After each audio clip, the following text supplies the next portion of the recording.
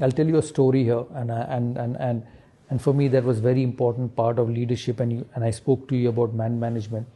There was Sehwag batting with me in the middle, and we were chasing that night 320 where I took my shirt off, and I was very upset at lunch because England got 300, 325, and in those days, this was about 2002.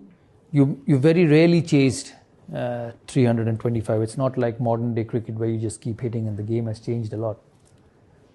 So I was walking down this long room at Lord's, and Sehwag was whistling behind me. He had his pack. He was that sort of a person.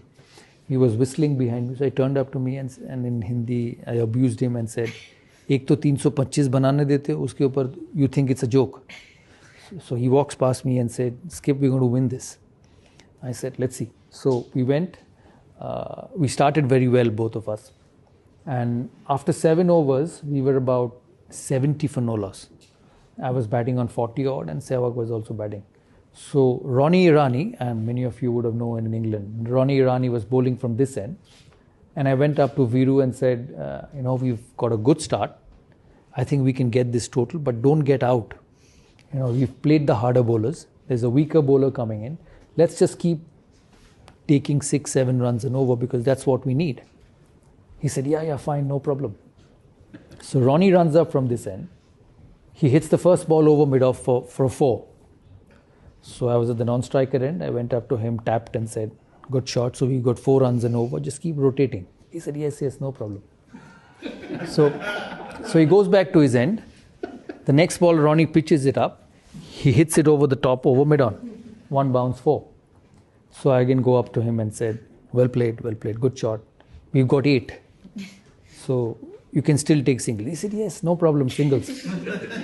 The next ball, Ronnie Irani pitches up. He sits down and sweeps right from the middle stump. It would have hit his pad. He was gone.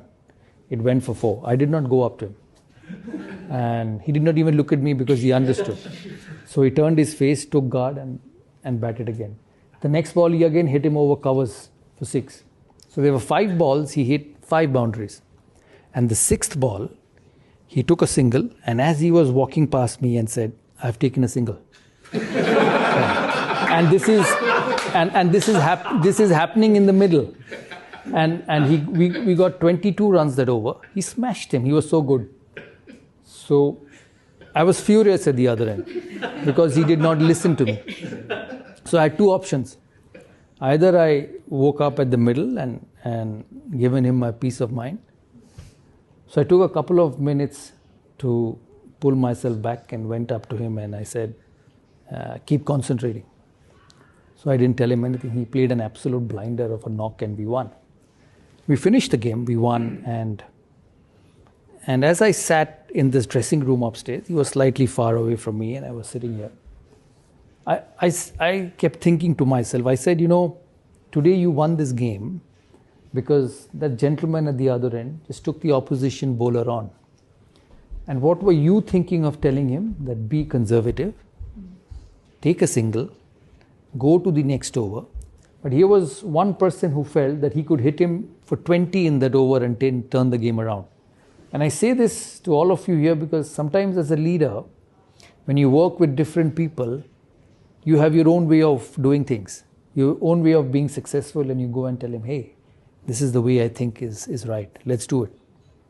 And we'll win that way. But there's the other person who's more talented, who's more gifted, who looks at things differently and probably has a better solution than you. And it was Sehwag that day who had a better solution than me.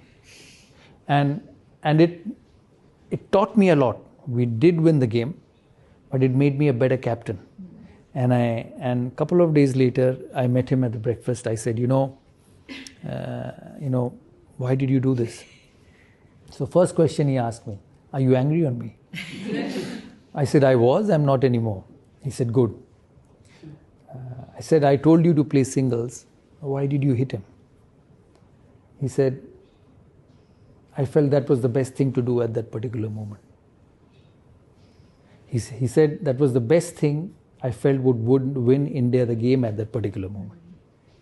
And it was such a lesson for me on captaincy. I said, I have a Sehwag who's different. I have a Dravid who's different. I have a Ganguly who's different, and I have a Harbhajan Singh who's different. They can't play the same way. So if I have to be successful, I have to understand that they win cricket matches their way. And I have to let them do that. And I think a successful group, a successful entrepreneur, along with your aims and goals and objectives of wanting to be successful, don't forget this very simple line and solution in your journey is that everyone's different. And you cannot make everyone play the same way or everyone work the same way. As long as he delivers for you, as a leader, you need to have that a capability of adjustment in you. And I say that, when you manage individuals, you have to manage them differently. Yeah, and you cannot expect every individual to behave, react, work, and do things the same way. That is very important in leadership.